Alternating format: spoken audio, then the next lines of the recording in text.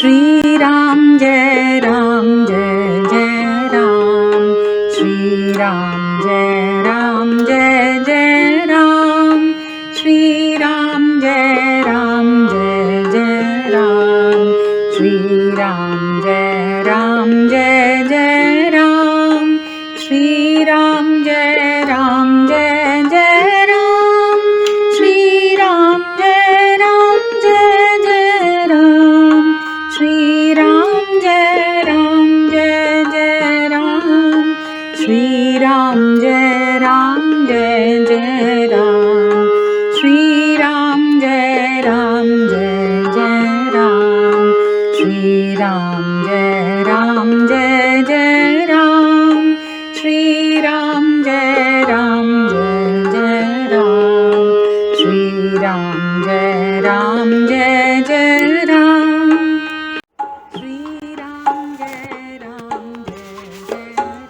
आज मैं जो पढ़ने जा रही हूँ वो है जया प्रसाद की बुक श्री सिद्धि माँ में से लिया है।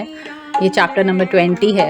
इसका मैं पहले 2 पेजेस पढ़ूंगी, पहले इंग्लिश में और हिंदी में। मैं साथ साथ पैराग्राफ वाइज उसको ट्रांसलेट करती जाऊंगी। छोटा सा चैप्टर है।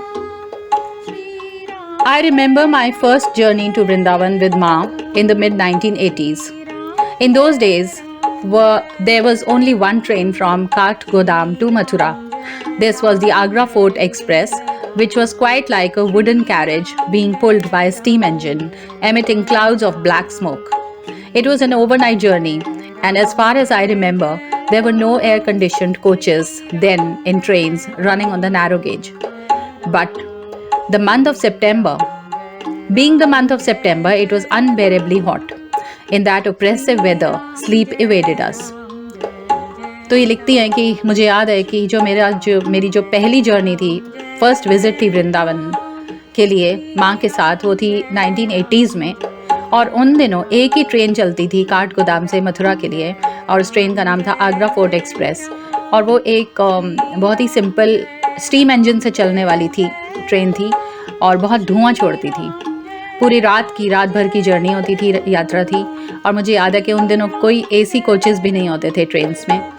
और सितंबर के महीने में बहुत ही गर्मी होती थी और नींद भी आनी बहुत मुश्किल थी। Sometime in the middle of the night, the train pulled into the Kasganj station, which was well known to the passengers on the train for the special tea in clay cups that was sold by the vendors at the railway platform. About 20 of us traveling with Ma would be up for that cup of tea. It was almost the highlight of the journey. We would carry tea in coolers for the mothers to their cabin, and they seemed to enjoy it too. 2 of these clay cups from which the mothers drank tea in Kasganj were saved by me one year and are now preserved in the archives. कभी कभी बीच में आधी रात में जो train है वो Kasganj station पे रुकती थी, और वहाँ वो जो स्टेशन था वो वहाँ कूलर में मिट्टी का जो ग्लास होता है उस एक स्पेशल चाय के लिए मशहूर था। वहाँ पर मिलती थी प्लेटफॉर्म पर वो चाय मिट्टी के कूलर में। और हम लोग करीब 20 लोग थे माँ के साथ, और माँ उस कूलर वाली चाय का इंतज़ार करती थी। और ऐसे लगता था कि ये बहुत ही इंतज़ार हम सब करते थे उस स्पेशल चाय का। और हम कूलर लेकर आते थे माँ के पास ट्रेन में, कैबिन में, और माँ भी उस चाय को एंजॉय करती थी। मुझे याद है कि एक साल मैंने ये 2 कूलर अपने पास संभाल कर रखे थे, वो आज तक, जिसमें कि माँ कासगंज स्टेशन से चाय पीती थी। तो एक वर्ष मैंने वो 2 कूलर संभाल के रखे थे और आज तक वो प्रिजर्व्ड है, आर्काइव्स में प्रिजर्व्ड हैं वो cooler. The train reached Mathura at an unearthly hour in the morning, never at the scheduled time, and there would be no porters on the platform to help with our baggage, of which there was plenty. Once outside the railway station, the few available taxis were old and battered ambassador cars, which had to be given a push by the men to get the ignition started. Then came the rattling ride for the next 14 kilometers to Vrindavan. Early morning सुबह train पहुंची मथुरा, और कभी भी वो वक्त पर वहाँ नहीं पहुंचती थी। और वहाँ पर कोई कुली भी नहीं होते थे प्लेटफॉर्म पे ताकि हमारा सामान उठा सके। हमारा सामान काफ़ी सारा होता था हमारे साथ। और रेलवे स्टेशन के बाहर कुछ टैक्सीज़ अवेलेबल होती थी जो बहुत बुरी हालत में होती थी, एम्बेसडर कार्स होती थी वो, और उनको धक्का देना पड़ता था ताकि वो स्टार्ट हो पाए। और उसके बाद जो 14 किलोमीटर का रास्ता था वो वृंदावन तक का, वो तय करना होता था हमें। Reaching the ashram, I saw that Maharaji's kuti had been kept as it was, and Ma went in there first to offer her pranams. Maharaji would spend most of the time on the veranda outside, where his takhat had been preserved. On the other side of the veranda was the kuti in which Ma stayed.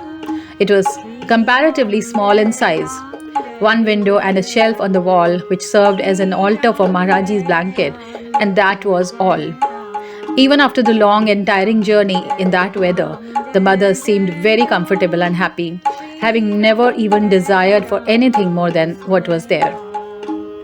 जब हम आश्रम पहुंचे तो हमने देखा कि महाराज जी की कुटी जैसे थी, जैसे कि तैसे ही वैसे ही थी।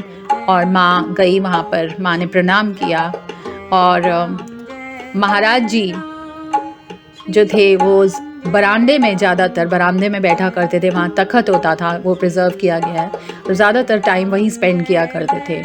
बरामदे के दूसरी साइड में जो कुटी थी वहाँ पर माँ रुका करती थी, और थोड़ी छोटे साइज़ की थी ये कुटी। एक खिड़की थी, एक शेल्फ था दीवार में वहाँ पर, और वहाँ पर महाराज जी का ब्लैंकेट रखा होता था, और कुछ भी नहीं। इतनी लंबी ट्रेन की जर्नी के बाद भी, इतनी थकावट वाली उस गर्मी के मौसम में, जो मदर्स थी, माएँ थी, वो आराम से उस एंजॉय कर रही थी, और उनके चेहरे पर शिकन तक नहीं थी, और उनको और कोई किसी चीज़ की इच्छा भी नहीं थी महाराज जी के वृंदावन आश्रम पहुंचने के बाद।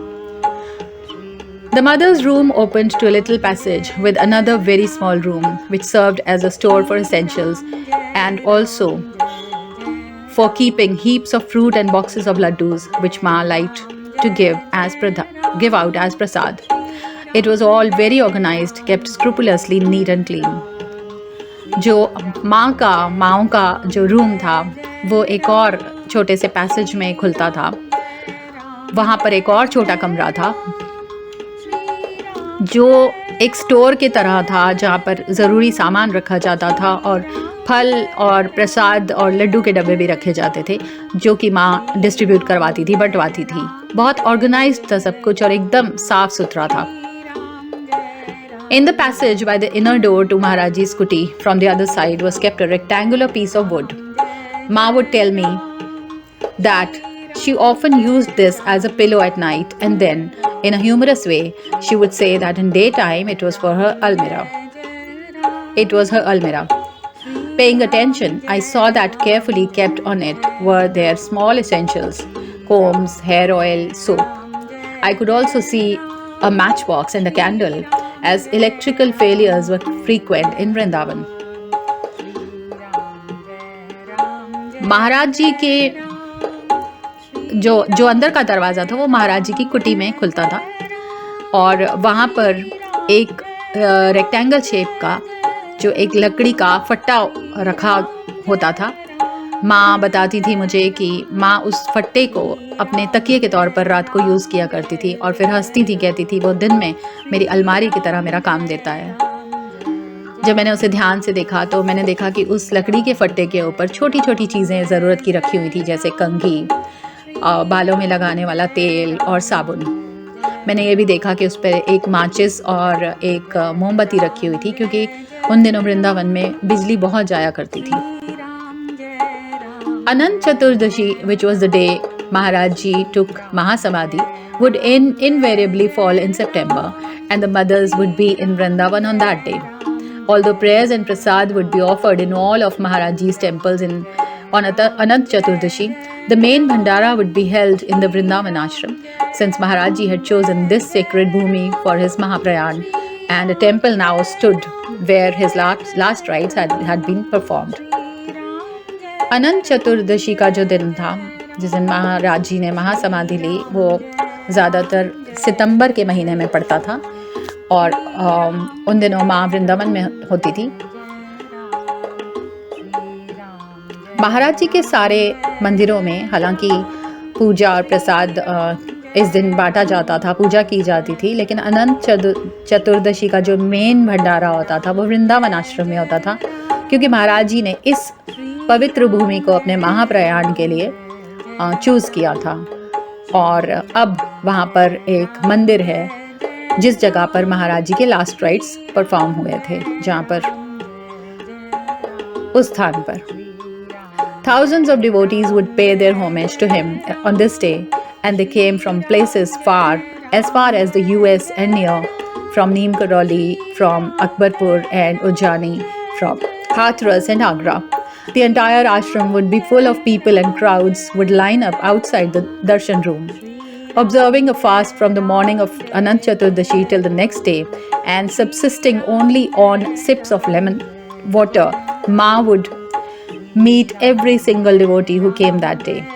After spending a fortnight in Vrindavan, the mothers would return to Kainchi. तो उस दिन दर्शन के लिए हज़ारों श्रद्धालु आते थे, दूर दूर से भी आते थे, यूएस से भी आते थे और नज़दीक से भी आते थे, नीम करौली से, अकबरपुर से, उज्जानी से, हाथरस और आगरा से। पूरा आश्रम में लोगों की भीड़ लग जाती थी उस दिन दर्शन के लिए। और दर्शन के रूम के बाहर ख़ास तौर पर इतनी लंबी लंबी लाइनें, कतारें लगी होती थी। माँ अनंत चतुर्दशी की सुबह से अगले दिन सुबह तक फास्ट रखती थी, व्रत रखती थी और केवल नींबू पानी पीती थी। और उस दिन माँ हर एक श्रद्धालु को, हर एक भक्त को दर्शन दिया करती थी जो उस दिन आते थे। और करीब 15 दिन वृंदावन में गुजारने के बाद माँ, जो माएँ हैं, वो कैंची लौट जाती थी। जय राम जय जय राम, श्री राम जय राम जय जय राम, श्री राम जय राम जय जय राम, श्री राम जय राम जय जय